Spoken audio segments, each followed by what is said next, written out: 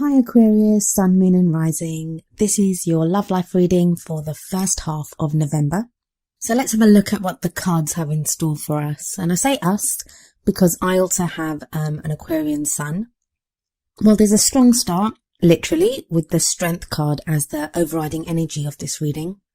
Now the Strength card is very much about being up to the challenge, being able to overcome obstacles and to push forward. But it speaks of that quiet, resilient strength that is within us, not brute strength, not forcing your will upon anything or anyone, or even like overly having to put on a show of strength. There is just this strength, inner strength, that is most likely going to be in a lot of you in the first half of November. And even if you don't feel it's there, even if you're, I don't know, you look at an obstacle and challenge and think, oh, I can't do this. Someone's up against you and you feel like you have to go forward and prove your point. You probably don't have to do that. So go to that quiet place inside and draw on that inner strength that you do have. That's what's going to get you through the first half of November. Now, as great as this card is, there are two things that can also come up when this card comes up. Number one, if this Strength card is coming up, then you're going to need strength to overcome something. So there is going to be a challenge. There is some kind of obstacle, more than one even, some kind of situation that's going to require you to have strength. Now the great news is that you will have the strength to get through it, but nevertheless, it means you still need that strength. It's not going to be, first half of the month doesn't appear to be plain sailing. The other thing I would just say, and this is not going to apply to the majority of you, there'll just be some of you that this will apply to, but watch your health. If you've been overdoing it, or if you've been putting in a lot of hours, it could be with work, or just even worrying about things, the stress of it, that may be having an impact on your health at this time. And I don't usually have messages regarding health, or I don't do any kind of medical readings, because I'm not a doctor. Like, even if I were to ask a question about someone's health, I don't have any kind of expertise in anything medical to be able to interpret that correctly. So I don't usually do anything kind of health related, but that is something that's coming up here that just watch it. It may just be that you need to rest more, take some time out for yourself. It needn't be anything serious, but obviously if in doubt or if it's persistent, please go and see a doctor. Right, so the first card that comes up in the main reading is the Ten of Swords. The 10 speaks of a completion of a cycle. The Ten of Swords is, let's face it, a horrible card. It's usually to do with someone that's been stabbed in the back, not once, but with 10 swords. So it can speak of betrayal, deception, just being overcome by everything. So I know a lot of people, they say that the swords are to do with thoughts. So, you could be you thinking that the worst has happened. I don't think that. I think usually if the Ten of Swords comes up, something bad has happened. And you could be feeling at the lowest point. Now, I don't think this is a current energy. I'm reading this reading right at the end of October. So I think the end of October has been you acknowledging that, look, the worst has happened, but you're kind of picking yourself up, because that's the other thing of the Ten of Swords. It's a completion. So it's telling you, yeah, you might have hit rock bottom, but you're on your way back up now. So I don't mean to limit anything bad that's happened to any Aquarians out there, but it's now about moving forward from there. The rest of your cards don't actually indicate anything as bad as this Ten of Swords that comes up. And especially with the Strength card coming in there, it shows that you're strong enough to be able to handle it. So you're strong enough to be able to pull out the 10 swords and move forward. And indeed, in this deck, the 10 swords, they're actually hovering above the guy that's lying down in the grass. They're not actually in his back, like some of the other decks. Most of the other decks actually have the swords in the back. I think this is a reminder here to let you know how much you've been through. Like, you've been through so much, Aquarius. You just have been through so much. Don't forget that. Don't forget what you've been through. And not to say, it's not asking you to ruminate over the bad things that have happened, to get stuck in the blame game or to feel sorry for yourself. It's not asking you to that. On the contrary, I feel, combined with the Strength card, it's asking you to remember that, hey, you've been through X, Y, and Z. You've been through all of this stuff. And this can be if you're single or in a relationship. You've been through so much and you survived it. Remember your own strength. Remember that you are a warrior, that you have survived all this. Why would you not survive what is coming now? And for whatever reason, it seems to be really important that you remember that you remember your own strength and you remember what you've been through, what you're capable of, and just what a survivor you are. This is crossed by the Wheel of Fortune, which tells me everything's changing. There's a period of change that's going on here, definitely. It may have started a couple of weeks ago, but you're still in the middle of that change. But with the 10 at the beginning, and you've quite a few 7s that come up in this reading as well, it's a time of flux. It's a time of change where you're going from one situation to the next situation. And as much as we would like that change to happen overnight, and that's why sometimes, as much as people hate the Tower card, it's nice to get the Tower card because that's unexpected and immediate change. Like, it just kind of hits you out of nowhere. The Wheel of Fortune is more like this wheel turning. Things are changing. And they're changing because of what you've been through. Now, this may be that you're changing what you want. Did you, up until a week ago, 2 weeks ago, think you wanted something, and now it's like, well, do I really want that? Is that what I really want to go after? As that wheel turns, you can guarantee that with the Wheel of Fortune coming up, there are many of you who are going to find your situations changing. I don't even think it's just love life that the Wheel of Fortune's affecting. It's everything. Maybe other factors that are coming in and being changed, like your work or your financial situation or other things that are impacting your love life. I think for a lot of you, it might be work. Either your focus has been dragged away to work, towards work, or for whatever reason at the moment, you need to concentrate on work. Now, it could be you needing to work because you need the money. I mean, we all need money, come on, let's face it, but that you need that money to push your love life forward. And that seems to be coming up for a couple of signs right now. It's like we have all this romance and stuff that was coming up at the end of October.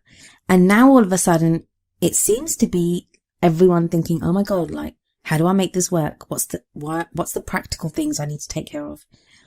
It's not coming up as strongly in your reading, but it is definitely there. There are hints of it there. So in the past, you have the 7 of Wands. 7 of Wands is a testing time. It's a time when you feel like everything is coming at you from every single angle. But you're able to overcome this. You are up to the challenge. You can fight it and you can win. And it can actually be literal tests and exams that you have to take. But more often than not, it can just be situations in our life that we have to fight or that we feel test us. Now, sometimes the tests that come up, they can be tests from spirit, the universe, whatever, to show you that you are capable of doing things. And that seems to be a running theme with the 10 of Swords, with the Strength card, now with the 7 of Wands. Aquarius, you are being asked to remember what you are capable of, what you can achieve, what you have been through.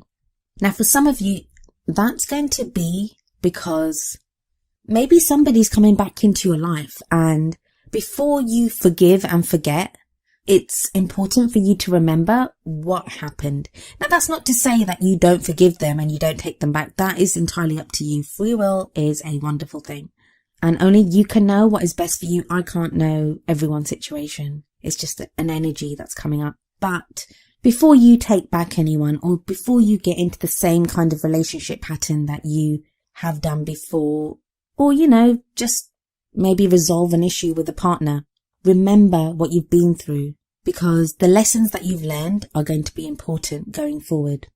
I see a lot of you fighting for something. Either fighting for a relationship, a belief in how you think a relationship should be, or fighting for your right to have a certain kind of relationship.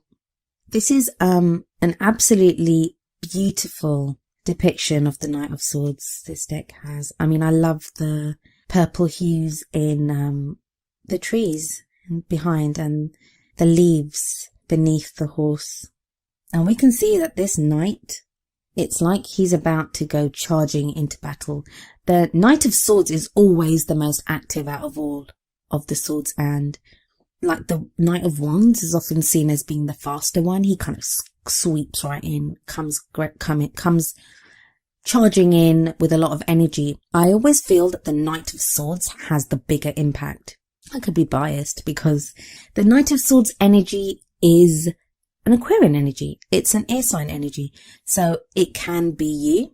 It may be that this card is depicting you, or it can be a Libra or a Gemini, is showing that a Libra or a Gemini or even another Aquarian is about to come charging in to your life. If it's not one of those signs, and this card can be a man or a woman, the Knights are male or female. Now, if it is someone else, yeah, they're going to come charging into your life, and it's like they're going to fight for you. They're going to fight for what they want the relationship to be, or how they want things. So if you're with someone, it may be your partner now fighting for the relationship. You might have said, I don't want to do this, or I want to move on. And so there's that whole thing of fighting for what you believe in. I love the way the sword is raised. The way the knight has this sword raised above his head, like just ready to swing it down, and to cut away those things that are not working. So now I'm saying fight for something. It may not be even that you're having to argue with someone or make your case with someone. It could be the cutting away of limiting ideas or limiting beliefs. And the reason you're able to do that, the reason you now know what you want, is because of the hardships that you've been through, everything that you've been through. I'm getting this whole thing that the end of October, it was a kind of respite. There was a brief window, it was bloody very brief, but brief window of taking a pause, being given hope again, being shown that, maybe what you want from your love life is possible. There's something that came up then. It may not even have been something physical. It may not have been anything to do with a partner or a person, although it could have been. It may just have been that in your thought processes, you were able to take a break from worrying about something or overly feeling about something, and realizing that, that there is hope, there is a way forward. But now, with the Knight of Swords appearing, it may be that you're being shown it's time to lift up that sword again. That, break time's over, let's get to it. It won't be anything as bad as what's come up before. I doubt that. The Ten of Swords does show the end of the cycle, so I feel like the worst is over. But there's still something to fight for. There's still movement that needs to be made forward. There's still something that needs to be cut away. And I know making it sound like a chore. I don't think it is a chore, because you have the Page of Wands in the future. A lot of wands, actually. There's 3 very prominent wands cards that have come up in this spread. Well, there are 4 very prominent wands cards that have come up in this spread. One in the past and one in the future. And then the King and Queen that come up later on. But I'll get to the King and Queen in a little while. Pages can be like the beginning of something. They can often be to do with messages as well. But what I always see for the Page of Wands, it's the beginning, or that spark of something. Spark of an interest, spark of excitement, spark of enthusiasm. Linked to the Wheel of Fortune here, because that crosses it. And that tells me that the reason it's just a spark is that things are not happening fast enough for you.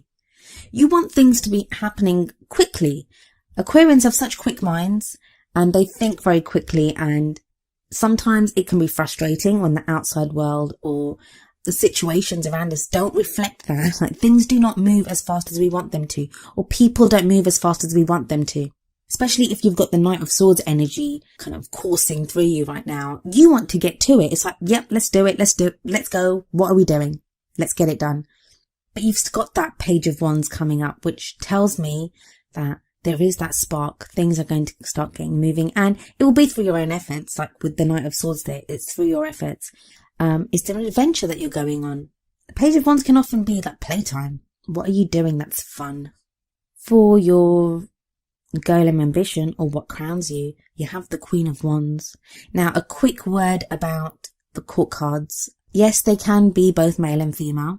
So even though this is a queen, it could be a male energy or a female energy. But the other thing is that I want to say is that these readings, they are for both. Whether you're looking for a same-sex relationship, a relationship with someone from the opposite sex, or if you're genderless and the person that you're getting involved with is genderless, the energies don't refer to that. They come across as just masculine and feminine. Now, that's not to say that if it's a queen coming up and that's depicting a man, that the man is effeminate, or if the king comes up and it's depicting a woman, that she's butch, or any of those other ridiculous kind of stereotypes or ideas that people have. It doesn't mean that. All it means is it's a way for me as a reader to differentiate their energies. And also, there are ideas attached to, like, feminine is the more softer, and I hate using that word because I know so many women that are not soft, or masculine, kind of like the doer, the more rigid one. It's the whole yin yang thing. So it's more about energies.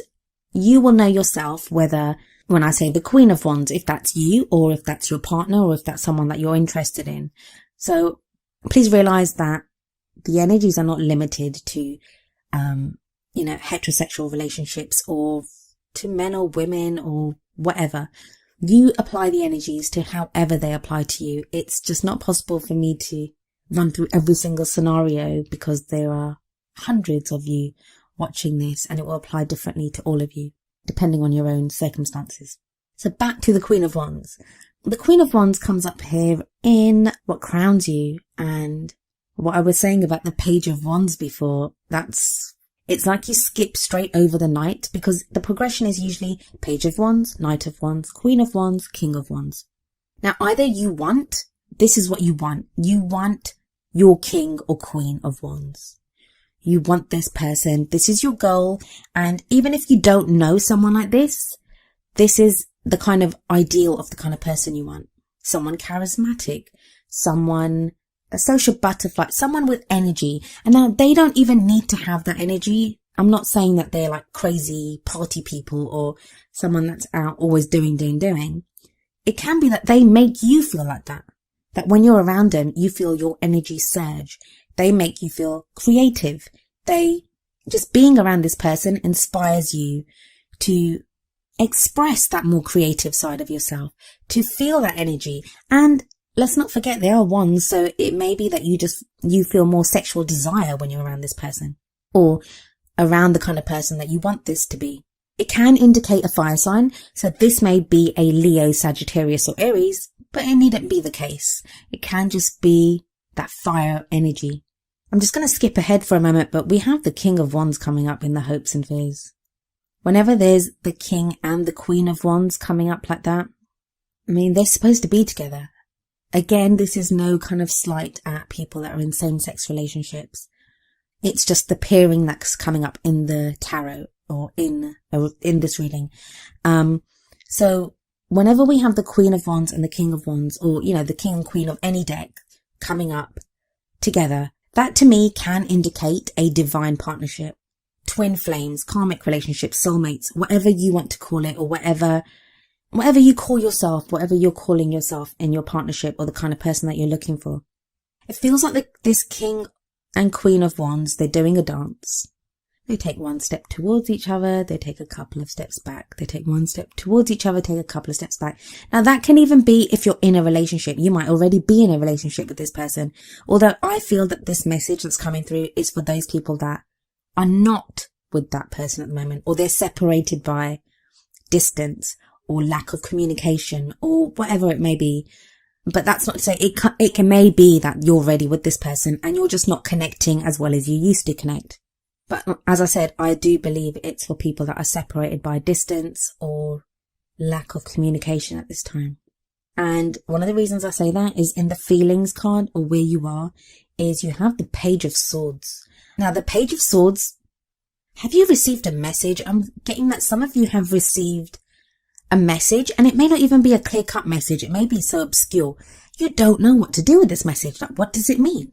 And you're mulling over it, and you're trying to figure out how you feel about this message. If you haven't received a message, are you thinking about sending out a message? Is there something that you want to say, but you're not sure if you should say it? Energy that's coming in, though, is the Eight of Pentacles. Eight of Pentacles is about work. This is what I was saying before. There's this sense of there's some practical things that are taking up your attention at this time. Now, it may be that if you're in a relationship, that your relationship needs work, that's something's come up and it involves both of you having to work on it. That may be through counseling, that may be through just spending more time together or listening to each other. But yeah, there is that kind of feeling of having to buckle down and do some work. For some of you, this is going to be, like I said, actual work. Your job may be going crazy at the moment, that you need to put in work for that, or something needs your attention. So that's kind of the energy that's coming in, but that's not a bad thing.